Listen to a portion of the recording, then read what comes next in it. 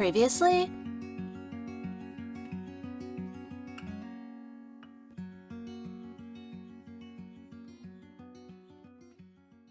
Hey everyone watching! If you haven't watched the previous episode, make sure you come back and watch it.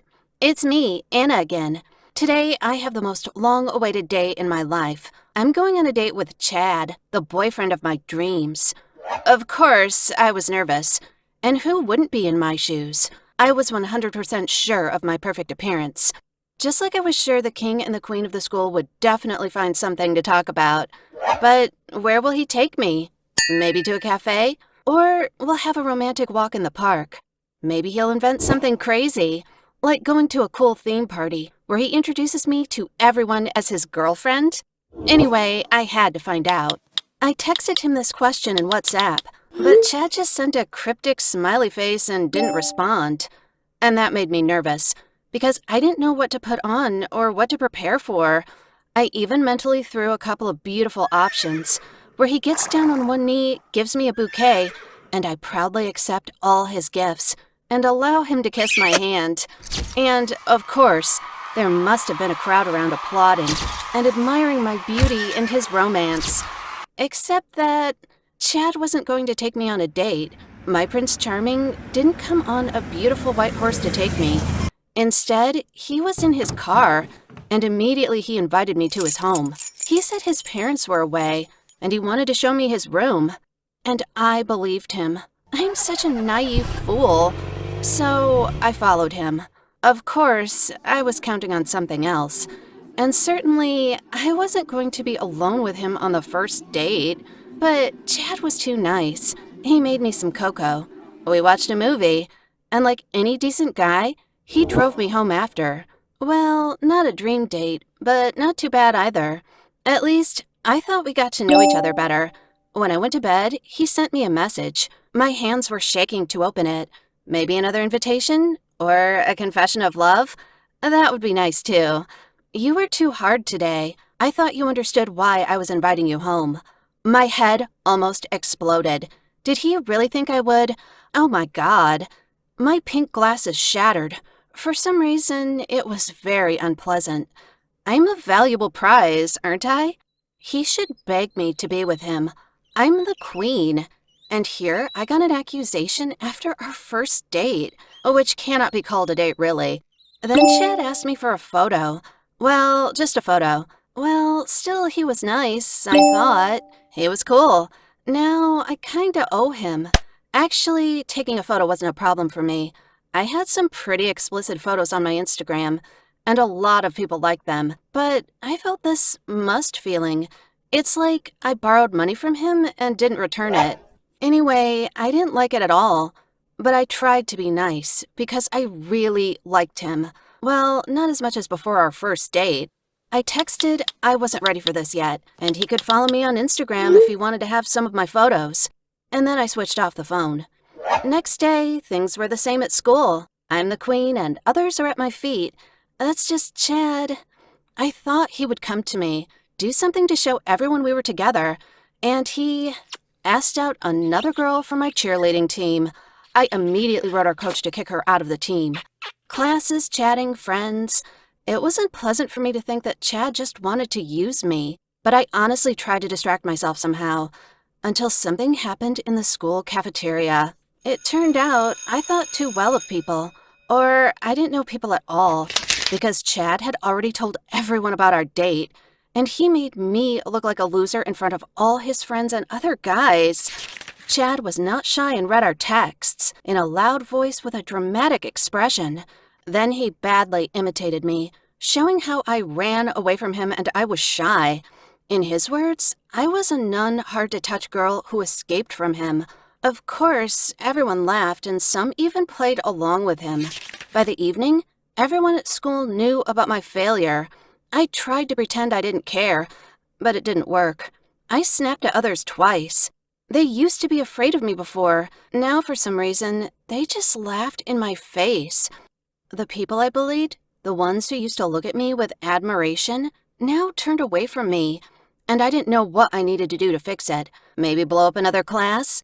How I wanted to dig my nails into Chad's face at least. I've become a laughingstock. It was the end of everything.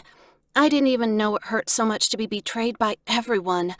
I was bullied as if I was nobody. And Chad also mimicked me. He made all sorts of indecent gestures, slapped his lips and squeaked something in a disgusting voice. My friends tried to say something, but then they joined the others. Obviously, laughing at was much funnier than saving me, but I didn't blame them. I would have done the same thing myself because my reputation is more expensive. It's like, if you feel sorry for someone, then they will hunt you down and you will be the next victim. So I just ran off to a place where no one would find me. The school bathroom. I've never been to this place of hopelessness before, but the famous crying booth came in handy for me. At least, this was kinda neutral territory, and no one had the right to go inside unless they were going to cry in it. Honestly, I even ran out of tears when I saw with my own eyes what the school losers, filled with emotions, did to the booth. Flowers, a garland, writings, and a chair instead of a toilet. If I didn't feel so bad, I would have laughed out loud. So I said thank you in my mind, still crying on the toilet. It's quite humiliating, but these awful sounds still reached me through the walls. The laughter of those who were ready to kiss my feet yesterday, just because I remembered their existence. The voice of Chad, whom I really loved, or thought I did. It was a real nightmare that came true. So I wept out all the pain from my heart and wished they would all go to hell right now, until I realized I wasn't alone in the bathroom. Voice, quiet, soothing, comforting. Was it weird? No one ever wanted to comfort me. Even my parents always said that crying is a weakness, and if you get hit, you have to fight back until you win. But for some reason, the voice made me feel warmer inside. If all this frustration or pain had never happened, I would have been the first to laugh at myself for what happened next. But I was so overwhelmed that for the first time in my life, I just wanted to be a teenage girl who knew what human warmth was. I stepped out of the booth. I just wanted to see that person who was brave enough to go against all the school to support me. Well, this was a real defeat.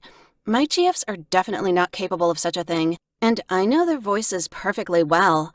So it was someone else. Someone who wasn't afraid to stand alone against everyone. And it was Dora. She was sitting on the floor outside the door, humming something about support, friendship, and, pony for some reason.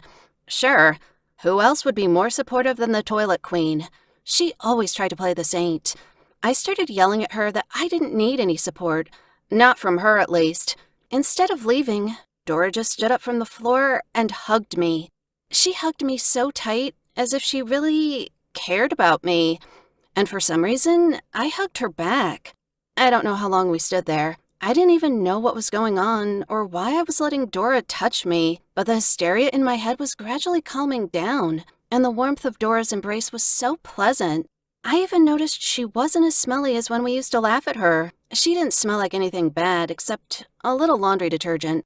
And then this happened. Flash, and a click of the camera. I pushed Dora away and turned around, but there was already no one at the bathroom door. It definitely wasn't my day. First Chad and his friends, now this. And the most annoying thing was that I had no idea who took the picture of me and Dora hugging, and whom I needed to kill now. Dora was facing the entrance, but even after I tried to shake the answer out of her, she refused to admit who she saw. She said she closed her eyes. Why would anyone in their right mind close their eyes when hugging? Okay, as for me, I was crying, that's why I did it. And she's such a fool. At first, I even thought it was such an insidious plan to devastate my reputation because of the explosion in the lab. But then I realized Dora herself was in shock, and she was also a victim. If I still have a little reputation and respect for my classmates left, then Dora would only stay alive after a photo with our hugs would be eliminated. I didn't care about Dora's problems, though. It's her own fault for getting into my problems. I was more concerned with what I should do now and how to get my reputation back. I hoped everybody was still afraid of me. That's why they won't do anything stupid to me anymore. But the next day, it turned out I hoped in vain. The photo with our hugs already went around the school. It was unrealistic to track down and destroy the person who made it. Everyone had it, and the shot was taken as if I wasn't sobbing on Dora's shoulder, but, like, I was kissing her. And, of course, Chad immediately used it to humiliate me even more. He spread a rumor I refused to sleep with him because I like girls and not boys, and I was a lesbian. It reached even the teachers, who immediately called my parents. I had absolutely no idea how to stop it. My parents would definitely kill me. Subscribe to the channel so that you don't miss the next episode. See you later. To be continued.